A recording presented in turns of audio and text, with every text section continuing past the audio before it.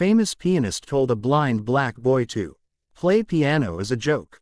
He has an incredible gift. Hey kid, how about playing something for us? I bet you know. Happy birthday. The voice of famous pianist Vincent Sterling echoed through the grand hall of the Lincoln Art Center, eliciting muffled laughter from the guests of New York's musical elite.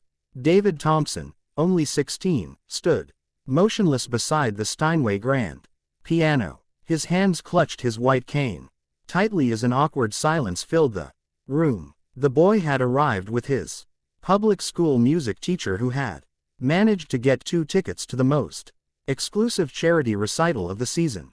Vincent adjusted his Armani tuxedo and smiled at the audience of patrons and music critics. At 42, he was considered one of the greatest Chopin interpreters of our time, with sold-out world tours and million-dollar contracts. To him, that misplaced boy represented everything that was wrong with the policies of inclusion in cultural events. Come on, don't be shy, Vincent insisted, his voice dripping with condescension. I'm sure our generous donors would love to see how we invest in diversity. Ms. Patricia Wells, director of the organizing foundation, muttered something about inappropriate to her assistant, but did not intervene. After all, Vincent Sterling was the star of the evening, responsible for raising millions for the institution. David took a deep breath, his fingers tightening around his cane. No one there knew that he spent 8 hours a day practicing on a borrowed keyboard in the basement of the neighborhood church. No one knew that at the age of 3 he could reproduce entire symphonies after hearing them only once. And most importantly, no one imagined that at that moment, while everyone saw him as an inconvenient obstacle, he was memorizing every note, every chord, every nuance of the arrogance that hung in the air. Actually, David said, his calm voice cutting through the murmur of parallel conversations, I prefer Bach. Vincent let out a genuine laugh. Bach, really? What piece could you play, young man? The famous pianist's smile was about to freeze on his face when David replied, with a serenity that only exists in those who carry a secret too powerful to be revealed before the right time. Partita number 2 in C minor. But perhaps it's a little too advanced for this audience. The silence that followed was so thick you could hear the ticking of the old clock in the entrance hall. There was something about the way that boy stood, the quiet confidence of his words, that made some of the guests realize they were about to witness something far beyond simple humiliation. If you're enjoying this story of overcoming prejudice, don't forget to subscribe to the channel to find out how a moment of mockery would turn into the most devastating lesson the New York musical elite would ever receive. Vincent Sterling felt a twinge of irritation at the boy's unexpected response. The Partita number 2 in C minor was one of Bach's most technically and emotionally complex compositions, known for breaking experienced pianists. How dare this kid suggest that the audience wasn't up to it? Too advanced, Vincent repeated, his voice taking on a sharper tone. Young man, you're speaking to people who finance the world's greatest orchestras. Perhaps you don't understand where you are. The audience murmured in agreement. Margaret Rothschild, heiress to a banking dynasty and the foundation's principal patron, whispered to her companion, how rude. Someone needs to teach this generation some manners. David remained motionless, but something in the way he held his cane changed. Subtly, his fingers were no longer trembling. On the contrary, they were completely relaxed, like those of a surgeon before a delicate operation. Vincent interjected. Drive. Harrison Webb, conductor of the Boston Symphony Orchestra. Perhaps we should continue with the main program. No, Vincent cut in, now clearly irritated by the perceived insubordination. Young David here seemed to question the sophistication of our guests. I think it's only fair that he demonstrate this musical superiority he's implying. Vincent walked over to the piano and played the first few bars of the partita with exaggerated, almost theatrical movements. You see, David, this is a piece that requires not only technique, but emotional maturity, something that takes decades to develop. Are you sure you want to expose yourself like this? What Vincent didn't know was that David knew every nuance of that performance. For the past 8 years, since he lost his sight in a car accident that also took his parents, he had devoted every free moment to music, not as a hobby or because of natural talent, but out of necessity. It was his only way of processing pain that words couldn't reach. His Aunt Deborah, who worked as a cleaning lady at the city's music conservatory, had gained access to rare recordings in Braille sheet music. David had memorized hundreds of pieces, studying not only the notes, but the historical interpretations, the regional variations, the emotional contexts of each composer. Dr. Sterling, David said, deliberately using the wrong title. You played the first few bars in D major. Partita number 2 is in C minor. An icy silence descended on the room. Vincent felt the blood rush to his face. He had deliberately changed the key to test whether the boy really knew the piece. But he hadn't expected to be corrected in public. Obviously, it was intentional. Vincent lied, his voice losing its polished smoothness. I was testing his basic musical ear. I see, David replied with a calmness that made some of the guests shift uncomfortably in their chairs. Then you must also know that Bach composed this part after the death of his first wife, Maria Barbara. Each movement reflects a stage of mourning. That's why playing it correctly requires more than technique. It requires having known real loss. The statement hit Vincent like a punch in the stomach. His own interpretation of the piece had always been technically perfect, but cold, lacking the emotional depth that true connoisseurs always noticed, but never dared to comment on. Very good, Vincent said, his mask of superiority beginning to crack. Since you're so knowledgeable about music theory, how about showing us in practice? Or would you rather continue impressing us with your encyclopedic knowledge? David approached the piano, leaving his cane leaning carefully against the bench. His hands found the keys with the precision of someone who had mapped thousands of keyboards in his mind. One question before I begin, David said, turning slightly toward the audience. Has anyone here ever lost everything they loved in a single moment, and had to rebuild their soul note by note? The silence that followed was different. It was no longer one of social discomfort, but of recognition. Some guests began to realize that they were witnessing something much deeper than a simple musical demonstration. Vincent felt a chill of apprehension.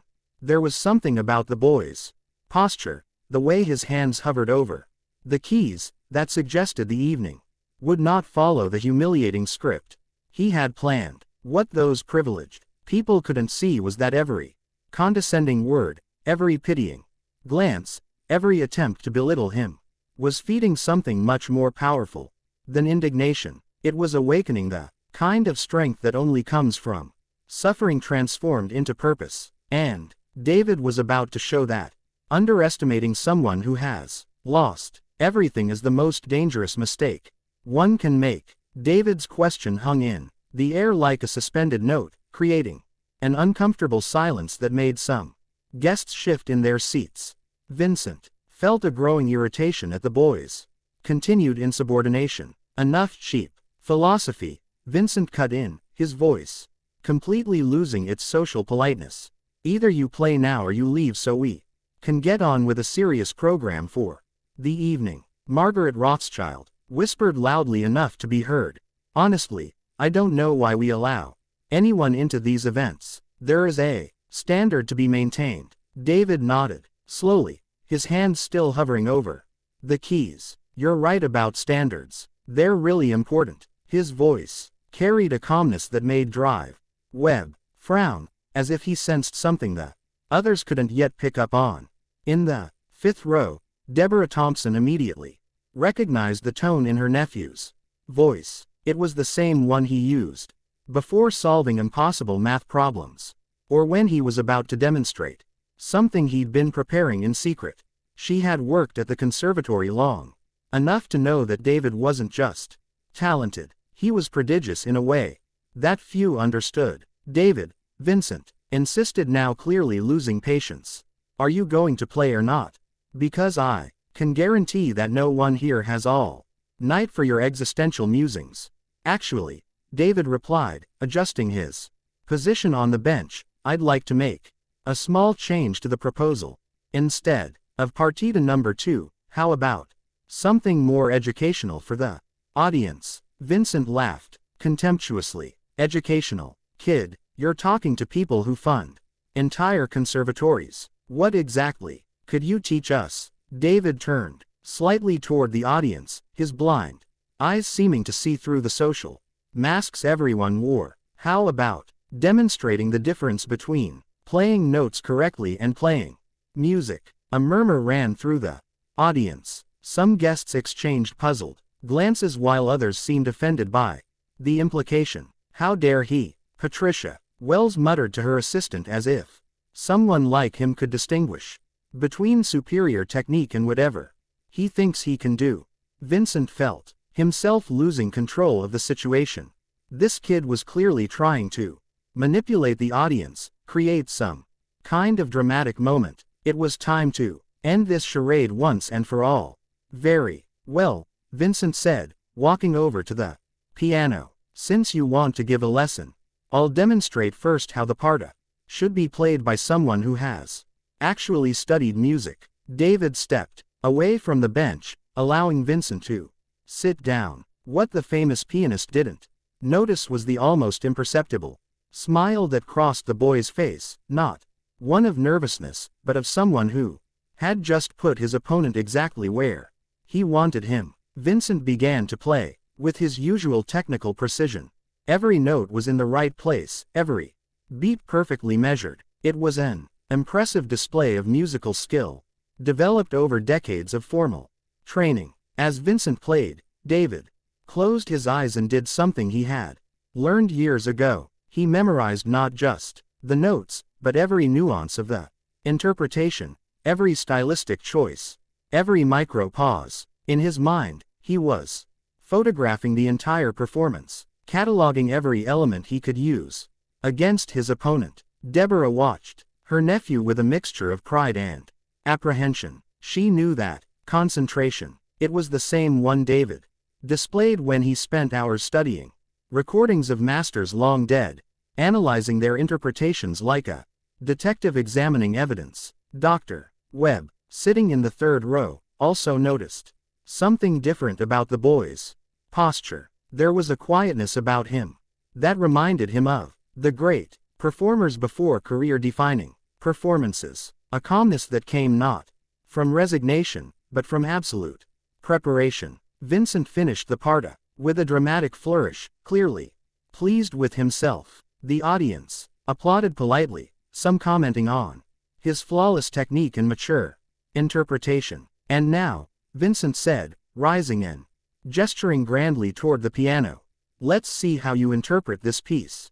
That is clearly beyond your capabilities. David approached the bench again, but before sitting down, he did something unexpected. He turned to the audience and said, before I begin, I'd like you to know something about the music you just heard. Vincent frowned. What are you talking about? The partita number 2 was not written merely as a technical exercise, David continued, his voice taking on an authority that made the entire room pay attention. Bach composed it as a dialogue with grief.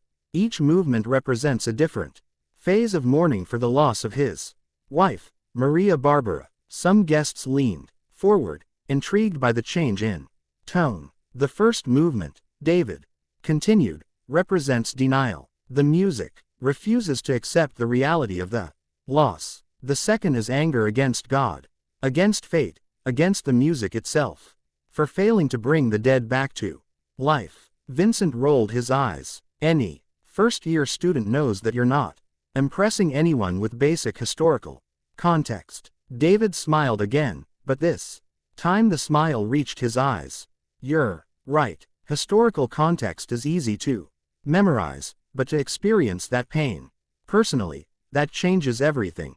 He sat down at the piano and placed his hands on the keys. The difference, Drive, Sterling, between your interpretation and mine is not technical.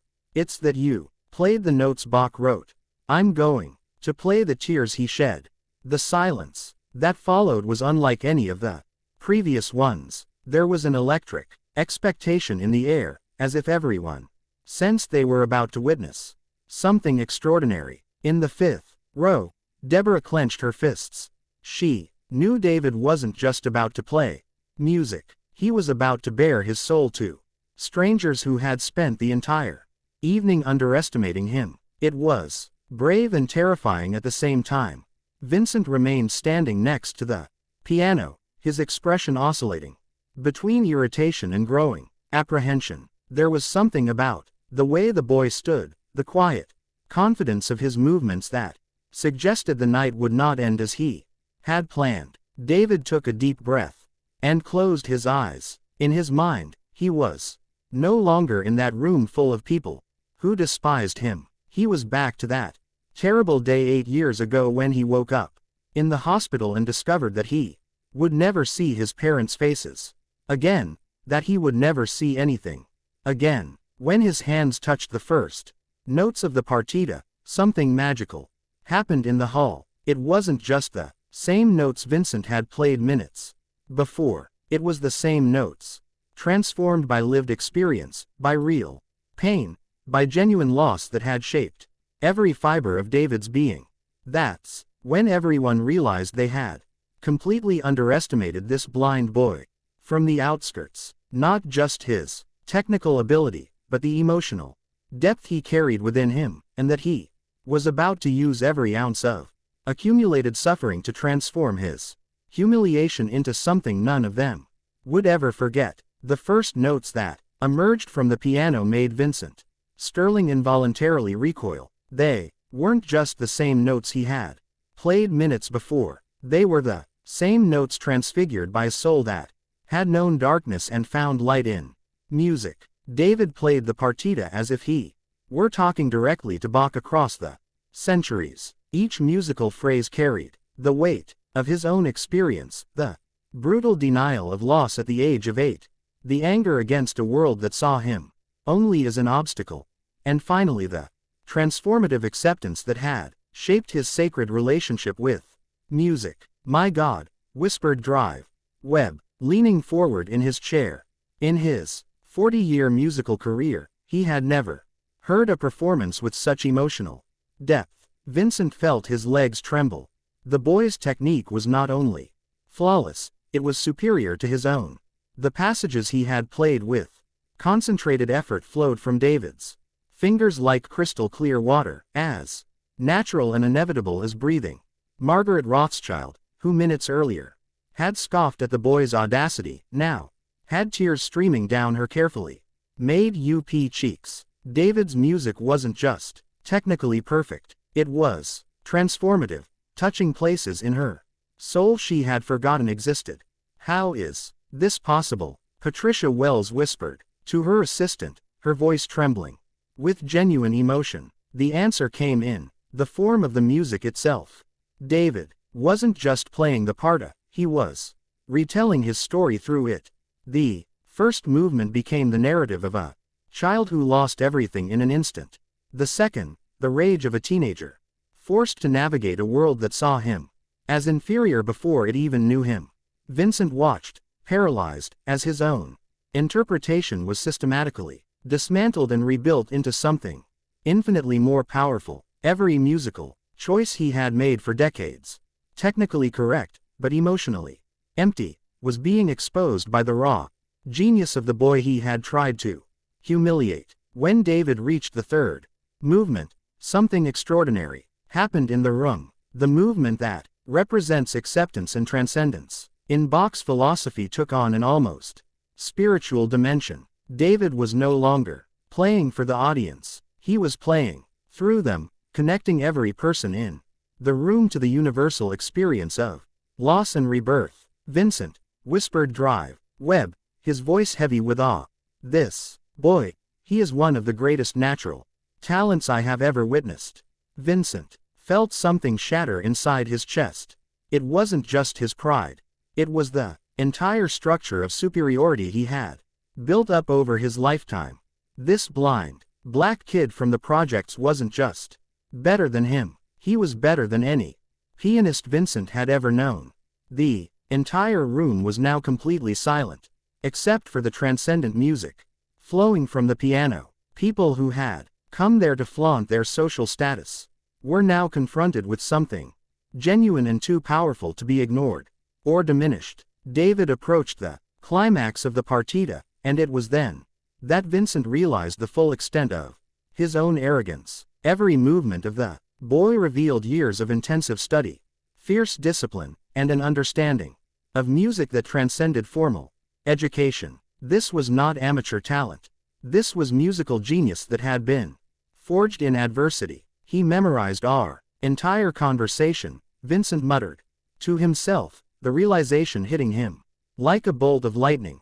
Every condescending tone, every word of contempt. He knew exactly what he was doing. Deborah Thompson in the fifth row smiled through her tears. She had watched David practice until his hands bled, study Braille sheet music late into the night, memorize interpretations of masters long dead. Now finally, the world was witnessing what she had always known existed. Vincent looked around the room and saw his own destruction reflected in the faces of the musical elite. Margaret Rothschild watched him with an expression that mixed disappointment and disgust. Dr. Webb shook his head slowly, clearly re-evaluating everything he thought about Vincent Sterling. "How dare you?" Patricia Wells whispered, her gaze fixed on Vincent. "Tried to humiliate a child with such an extraordinary gift."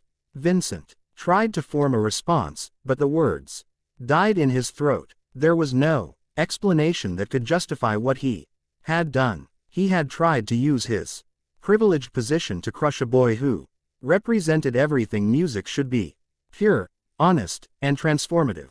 David concluded the partita with a delicacy that made the silence that followed seem sacred. His hands remained on the keys for a moment, as if sealing a pact with the music he had just unleashed. When he finally stood up and turned to face the audience, there was no arrogant triumph on his face, just the quiet dignity of someone who had shared his soul and knew he had honored both Bach and his own journey. The ovation that followed was unlike anything that room had ever witnessed. It wasn't just applause. It was simultaneous recognition, apology, and celebration. People rose as if they were in the presence of something divine. Vincent stood motionless,